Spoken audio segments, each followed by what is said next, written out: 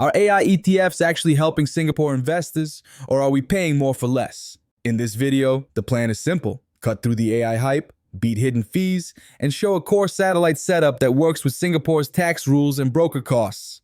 Adapted from my latest in-depth Substack deep dive. I'm Iggy from the Investing Iguana, Singapore-based analyst, with over 1,000 videos, daily SG market reads, and a clear focus on practical frameworks for our investors here.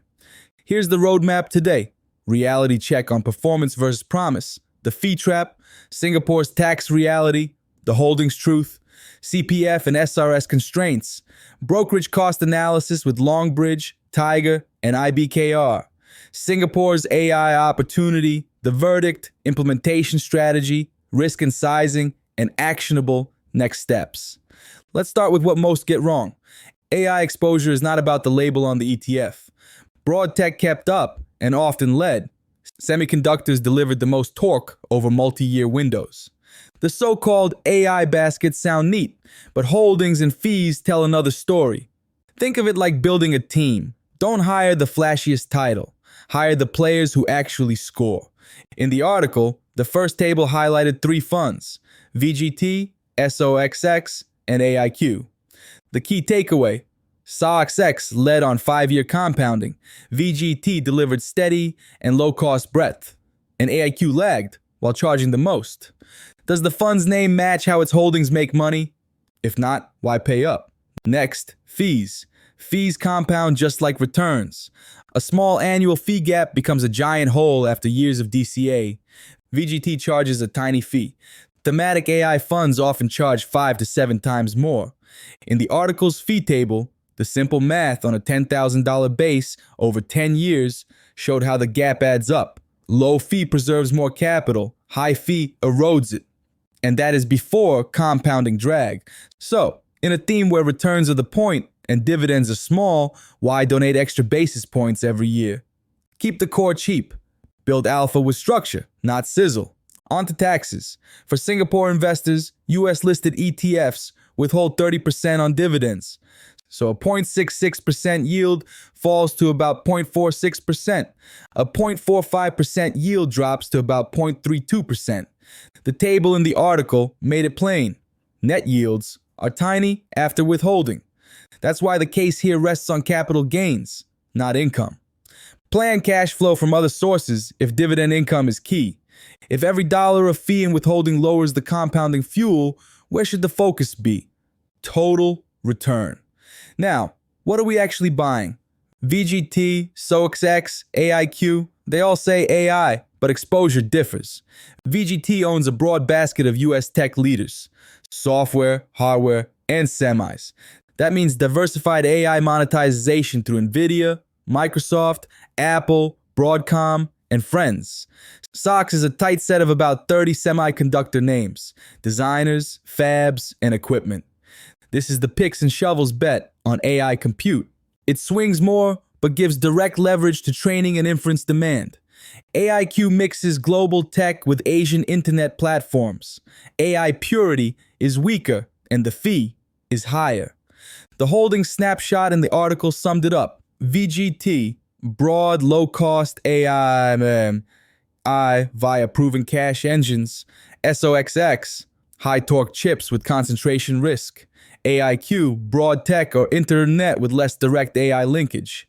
If results come from actual AI economics, which basket lines up best with where profits flow in the next 3 to 5 years? On to the CPF and SRS reality. CPFIS and SRS shape the route. CPFIS allows SGX-listed ETFs, so most US-listed AI ETFs are out for CPF. SRS also buys SGX ETFs, not foreign-listed funds. That pushes investors toward SGX proxies, or global tech ETFs, which dilute AI purity. For pure US AI ETFs like VGT and SOXX, use a cash brokerage and accept US withholding. If the priority is tax shelter, CPF or SRS with SGX-listed proxies can work, but expect lower direct AI exposure. The channel guide in the article laid it out. CPFIS, no US AI ETFs. SRS, SGX ETFs only. Cash, US AI ETFs with withholding and potential estate tax. Which matters more for the plan, purity or shelter? Decide that first, then pick the channel. Costs matter, especially when DCA every month. The article compared Longbridge, Tiger, and IBKR. Longbridge offers lifetime zero commission on US trades with a platform fee per share and a low minimum per order. Tiger has low minimums and per share fees. All in on small tickets often lands just under or around $2. IBKR sets a $1 minimum per US trade in common plans. With very good FX execution and strong tools, but practical thresholds and add-ons can apply. The fee structure table showed how they stack, and the second table walked through $1,000, $5,000, $10,000, and $25,000 tickets. Most cluster near a $1 floor because of per-share minimums. For small and mid-sized recurring buys, Longbridge often wins on all-in costs. Tiger is close. IBKR shines for larger balances and transparent FX. Which broker aligns with ticket size, FX needs, and tool depth?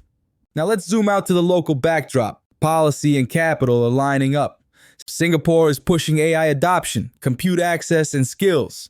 That supports integrators, data center REITs, and services that hook into US platforms. But the SGX still lacks pure AI leaders at scale. That's why cash accounts for US ETFs remain the cleanest path to AI exposure. Think of SGX plays as satellites that benefit from AI spend, while the core engines sit in the US. The implication? Build the core with US ETFs, then add SG exposure for local alignment and yield where it makes sense. Keep it simple. Make VGT the core. It's broad, low cost, and full of real AI winners. Add SOXX as a satellite for torque to AI compute. Skip high fee, label heavy funds like AIQ when a cheaper combo gives better risk-adjusted results.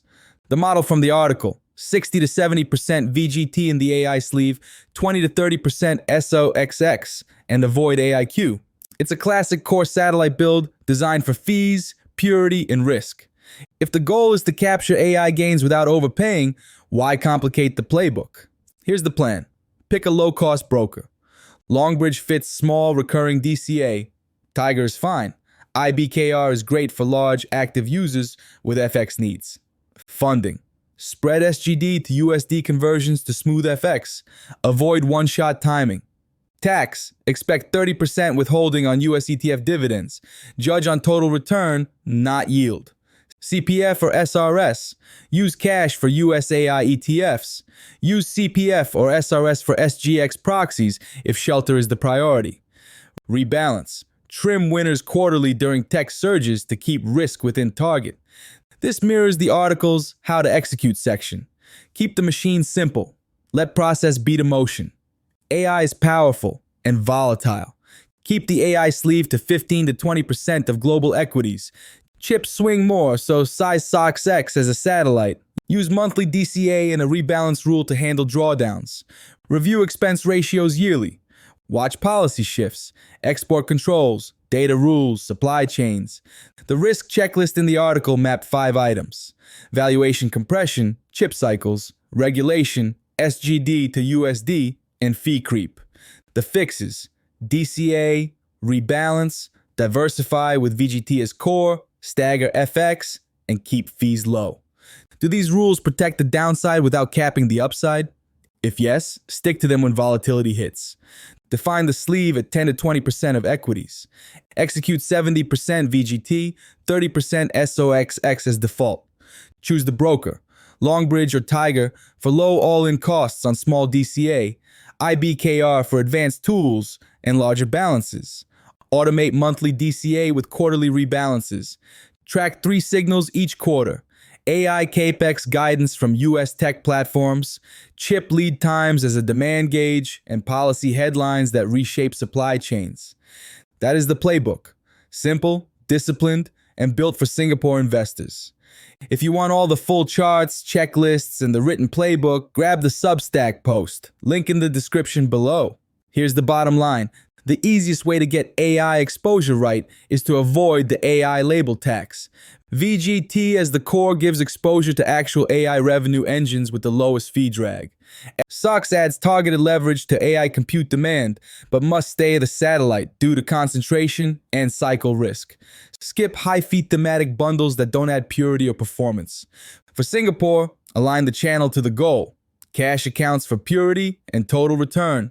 CPF or SRS for tax shelter using SGX-listed proxies. And most of all, systematize, automate buys, stagger FX, and rebalance. The goal is steady compounding, not a perfect entry. What's the right split for your risk tolerance? 70 with 30 or 60 per 40 when chip lead times tighten? Today we covered the reality check on performance versus promise, the fee trap, Singapore's 30% dividend haircut, what you're really buying, CPF and SRS constraints, broker costs with Longbridge, Tiger, and IBKR, the local AI opportunity, the verdict, execution steps, and the risk rules. You can take these lessons into a Singapore investing journey with fewer fees, smarter channels, and clearer targets. If this helped, like, share, and subscribe.